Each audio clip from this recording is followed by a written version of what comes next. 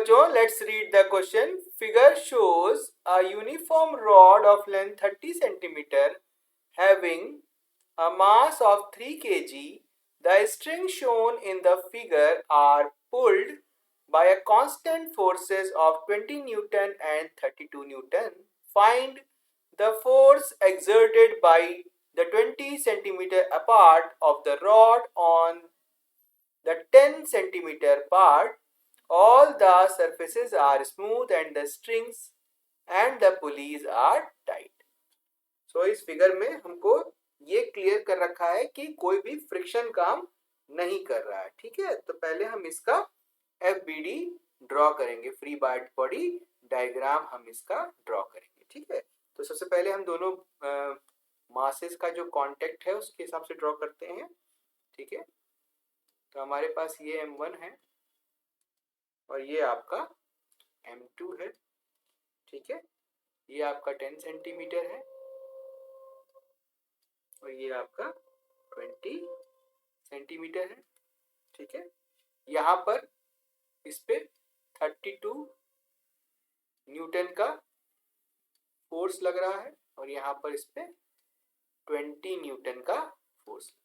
ठीक है, अब हम इंडिविजुअल अगर ब्लॉक्स को देखें तो हमारे पास किस तरीके से काम कर रहे हैं। ठीक है, हमारे पास अगर हम इसको डिवाइड कर लें 1 और 2 ग्राम यानी टोटल 3 kg, तो 1 और 2 kg में डिवाइड कर लें तो अगर 1 के लिए क्या करेगा, 1 kg के लिए 1 इंटू mg होता है तो 1 इंटू जी हो जाएगा नीचे की तरफ। ठीक है, ऊपर की तरफ क्या लगेगा, इसका रिएक्शन फोर्स लगेगा, तो इसको हम लोग R1 से नोट कर देते हैं। ये हम पहले ब्लॉक की बात कर रहे हैं। 20 न्यूटन का यहाँ पर क्या हो रहा है, पुलिंग फोर्स लग रहा है। ठीक है, और यहाँ पे इसका ये ऐसे इस तरफ कांटेक्ट में माने तो F फोर्स लग रहा है। ठीक है, अब यहाँ अगर हम दूसरे ब्लॉक का ड्रॉ करें, जो बचा हुआ ब्लॉक है 2, तो नीचे की तरफ कितना लगेगा इसमें, mg यानी कि 2g। ठीक है, ये इस तरफ की तरफ अगर F इसमें ऐसे लग रहा है तो इसमें F ऐसे लगेगा।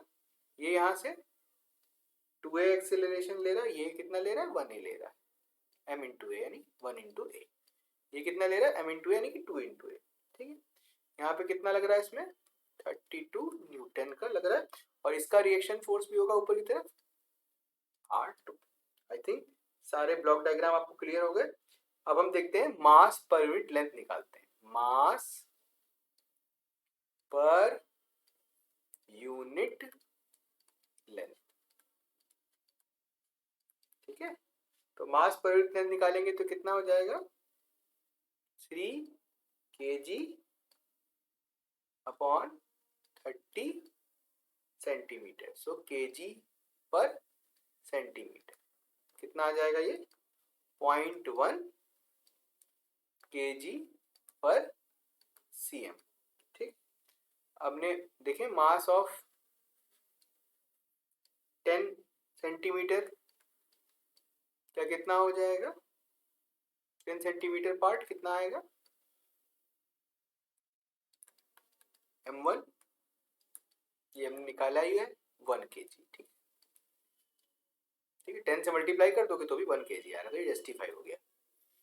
अब मास ऑफ 20 सेंटीमीटर पार्ट का क्या हो जाएगा, m2, 20 से मल्टीप्लाई कर दो कितना हो जाएगा, 2 kg। ठीक है, अब हम मान ले रहे हैं कि F जो है वो कांटेक्ट फोर्स है। Let capital F is the be the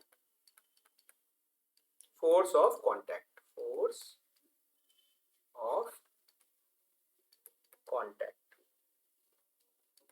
ठीक है, तो अब हम क्या करेंगे, फ्री बॉडी डायग्राम से इसकी इक्वेशंस लिखेंगे। ठीक है, तो इक्वेशंस लिखते हैं, -20 minus a is equal to 0, तो कितना हो जाएगा, 32 माइनस f। ये हमारी पहली इक्वेशन बनेगी पहले वाले के लिए, और सेकंड वाले के लिए क्या इक्वेशन बनेगी, 32 minus f minus 2a equal to 0। ये हमारी सेकंड इक्वेशन बनेगी सेकंड ब्लॉक। तो यहाँ पे क्या हो जाएगा, अगर हम इन दोनों को ऐड कर दें तो क्या हो जाएगा, 32 minus 20 minus TA is equal to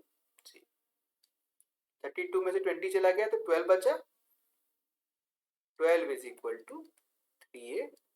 तो एक्सेलरेशन कितना आ जाएगा हमारा 12/3 यानी कि 4 मीटर पर सेकेंड।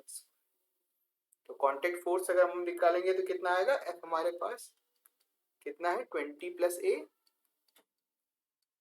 यानी कि 20 + 4 यानी कि 24 Newton.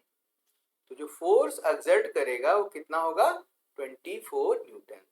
So this will be your final answer.